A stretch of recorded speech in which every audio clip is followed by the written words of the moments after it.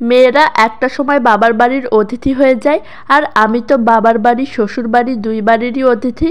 2-3 দিন বাবার বাড়ি থাকার পর আজকে ফাইনালি শ্বশুর বাড়িতে যাচ্ছি। ডিসেম্বর মাসে একটু বেশি ছুটি থাকে, যার জন্য বেশি দিন একটু এখানে ওখানে যেয়ে থাকা হয়। বাবার বাড়ি থেকে রেডি হয়ে বের হয়ে পড়লাম আর চলে আসলাম স্টেশনে এসে টিকিট কেটে ফেললাম আর ট্রেনের জন্য অপেক্ষা করতেছি। এখন কিন্তু একদম দুপুরবেলা।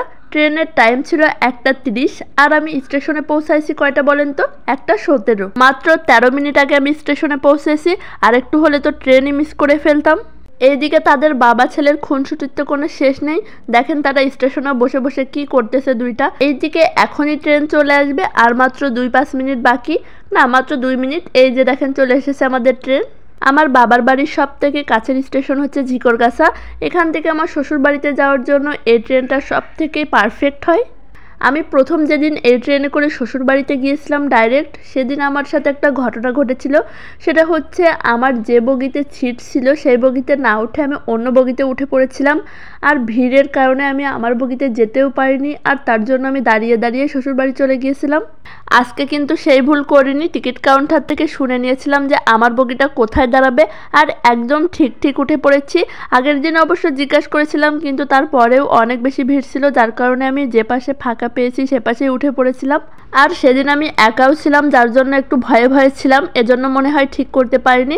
আর আজকে তো আমার সাথে আরো 2 জন আছে, এজন্য অনেক বেশি মজা হচ্ছিল। আমরা যখন শ্বশুর বাড়িতে যাই তখন যদি 2 দিনের ছুটিতে যাই তাহলে মনে করেন এত বেশি প্ল্যান থাকে যে 4 দিনেও আমাদের ঘোরাঘুরি আর আনন্দ করা শেষ হবে না। এবার আমরা যাচ্ছি 10 দিনের ছুটিতে। কত প্ল্যান তাহলে ভাবেন। বাড়িতে যে 10টা মিনিট থাকবো সেই সময়টাই আমরা পাই না, বিশ্বাস করেন এত পরিমাণ ঘোরাঘুরি করি। এবারও অনেক কিছু প্ল্যান করেছি, সব কিছুই তোমাদের সাথে টুকটাক করে শেয়ার করব। আর ট্রেনের ভেতরে আমরা অনেক বেশি মজা করতে যাচ্ছিলাম। বাড়িতে যে কোথায় ঘুরতে যাব সেগুলোই আলোচনা করতে যাচ্ছিলাম। ট্রেনের ভিতরে চাষিটা অনেক বেশি গ্যাঞ্জাম করতেছিল সবার সাথে, আর আজকে ট্রেনেও অনেক ভিড় কম ছিল।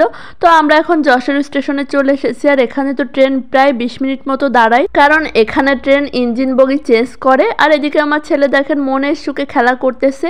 ওই যে ইঞ্জিন বগি নিয়ে যাচ্ছে, ওটা আবার উল্টা পাশে লাগাবে, তারপরে হচ্ছে ট্রেন ছাড়বে।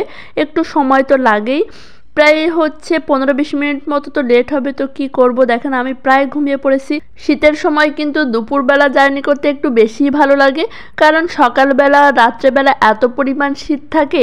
সেদিন বাবার বাড়ি যখন গিয়েছিলাম একদম সকাল 6টার ট্রেনে, সেদিনই ভেবে নিয়েছি এখন থেকে জার্নি করলে শীতের 2 মাস অন্তত শুধু দুপুরবেলায় জার্নি করব।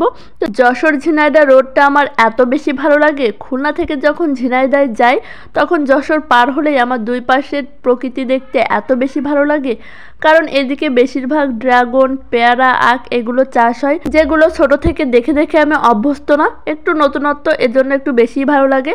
তো তারপরে আমরা এই যে কোটচাঁদপুর স্টেশনে চলে এসেছি। এখান থেকে আমার শ্বশুর বাড়ি অনেক বেশি কাছে, আর এই তো নেমে আমরা দাঁড়িয়ে আছি, আর ট্রেনও চলে যাচ্ছে।